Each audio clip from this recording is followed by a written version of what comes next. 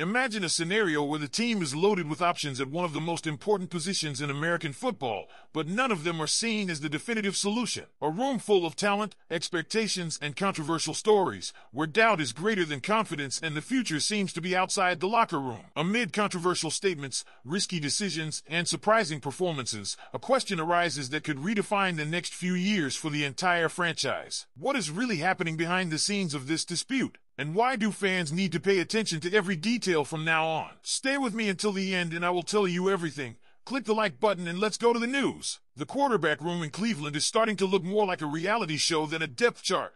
A whirlwind of talent, controversy, and uncertainty is forming, and one voice, Tony Grossi, is not mincing words about the future. In a podcast appearance that has sparked debate in the Browns community, Grossi made a striking statement. Cleveland's starting quarterback is not in the locker room. Not Deshaun Watson. Not Joe Flacco, not Kenny Pickett, and certainly not newly drafted Dillon Gabriel or Shedeur Sanders. According to Grossi, the future of the Browns starting quarterback is still a year away, in the 2026 NFL Draft. Let's take a step back and unpack how we got here. Dillon Gabriel, once a standout at Oregon, was selected in the third round of the 2025 NFL Draft. While fans might have seen this as a potential steal or the start of a development project, Grossi's words hit like a cold gust off Lake Erie. Gabriel, along with Sanders, another rookie taken 2 rounds later, is pegged as nothing more than a backup by Cleveland's own beat reporters.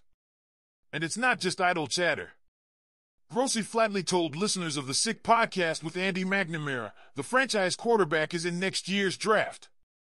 Gabriel and Sanders are future backups for the time being. Those are heavy words when you consider the quarterback carousel already spinning in Berea. Cleveland enters training camp with 5 names vying for snaps: Gabriel, Sanders, Kenny Pickett, Joe Flacco, and Deshaun Watson. That's not a depth chart, it's a crowd. And with most NFL rosters only carrying 2 quarterbacks into the regular season, maybe 3 at most, the numbers alone signal that tough decisions are ahead. The Browns don't just have a battle for QB1. They have a storm of identity and direction on their hands. Kenny Pickett, who joined Cleveland after a year as a backup in Philadelphia, where he snagged a Super Bowl ring behind Jalen Hurts, is another wild card. He arrived with first-round pedigree but not much fanfare.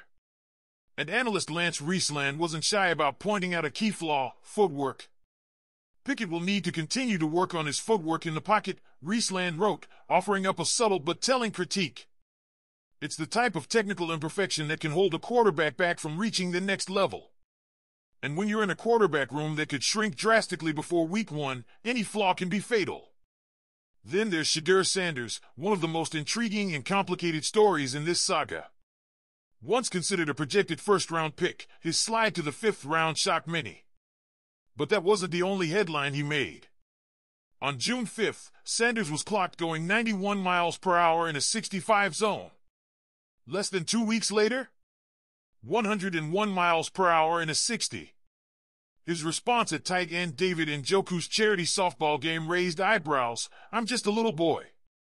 I made some wrong choices personally." While candid, the comment stirred criticism. Sanders is 23, not a kid, and the stakes, driving at near double speed limits, aren't just about personal learning curves. They're about life and death. The Browns' response? Minimal. A 7-word statement from team spokesman Peter Jean-Baptiste: he's taking care of the tickets. For a franchise battling for legitimacy and clarity at quarterback, that's a concerningly passive approach. It suggests a team more focused on managing optics than confronting realities. And with Shedeur's father, Deion Sanders, known for his protective stance, the situation feels ripe for tension rather than transparency. Meanwhile, amid the noise and narrative swirls, one name keeps emerging as a steadying force: Joe Flacco. The veteran and former Super Bowl MVP might not be the long-term answer, but he's looking like the man for right now. Flacco has reportedly taken command of Kevin Stefanski's offense, performing consistently in downfield and red zone scenarios. Observers at team practices have noted how seamlessly he's integrated into the system, taking first-team reps and offering a sense of calm amid the quarterback chaos. Even Njoku chimed in, acknowledging the importance of a steady hand. "It's all very exciting for sure. Words are words, we gotta put in the work and get after it," he said. His tone reflects a team aware of the stakes, even if the answers aren't yet clear. Flacco's ability to bring order, even temporarily, could buy Cleveland time as it navigates the tangled future of its quarterback situation. So what does this all mean for Browns fans? Are we watching the early signs of a rebuild under center? Is the plan truly to draft yet another quarterback in 2026, effectively punting on the current group? Or could someone, Picket, Sanders, Gabriel, emerge as a surprise breakout and prove grossly wrong? Drop your thoughts in the comments below. And here's where things really start to heat up. Because if the Browns do intend to look to the 2026 NFL draft for their franchise quarterback, then what does this season become? Is it just a long audition? A transitional year meant to separate the backups from the clipboard holders? Or are we about to witness a surprise narrative twist where one of these current QBs, maybe even Shedeur Sanders despite the off-field distractions, emerges to change the story? Let's revisit Sanders for a moment. His college career, marked by flashy highlights and celebrity buzz, made him a household name before he ever put on a Browns jersey. But hype doesn't win games in the NFL. And more importantly, speeding through traffic zones at reckless speeds doesn't reflect the maturity teams expect from their field generals. Yet, what if these blunders become the turning point in his development? What if the backlash and criticism light a fire that pushes him to climb the depth chart with purpose? The arm talent is there.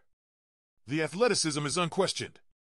It's the discipline and consistency that will determine whether Shedeur is a headline maker for his play or for his decisions off the field. Now contrast that with Dillon Gabriel, quiet, reserved, and low on the media radar since being drafted. He's the type of player who could thrive in the shadows while chaos swirls around him.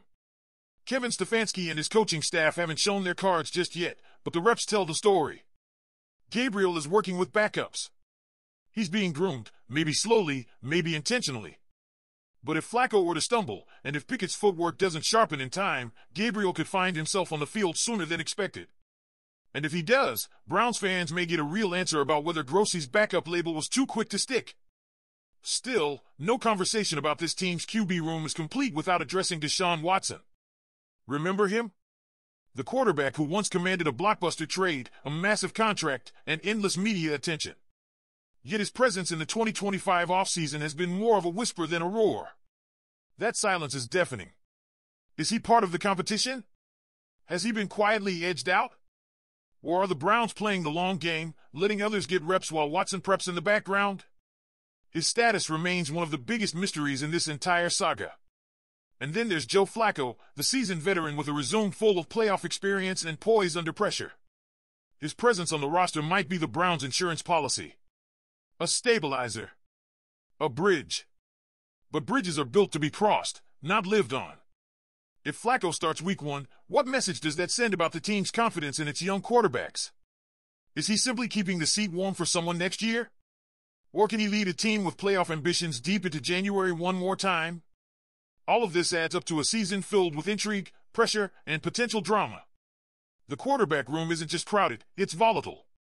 And with so many possible outcomes, every preseason rep, every media quote, every decision from the coaching staff is going to be magnified. Browns fans are entering a season where the present is murky, but the future could be franchise-defining. Now we turn it over to you. Is Cleveland making the right move by keeping all options open? Who do you think should start week 1? And is Tony Grossi right? Will the true Browns franchise quarterback be found in next year's draft, or is he already in the building, just waiting for his moment? Drop your take in the comments below. Don't forget to like the video and subscribe to the channel to stay well informed. Go Browns!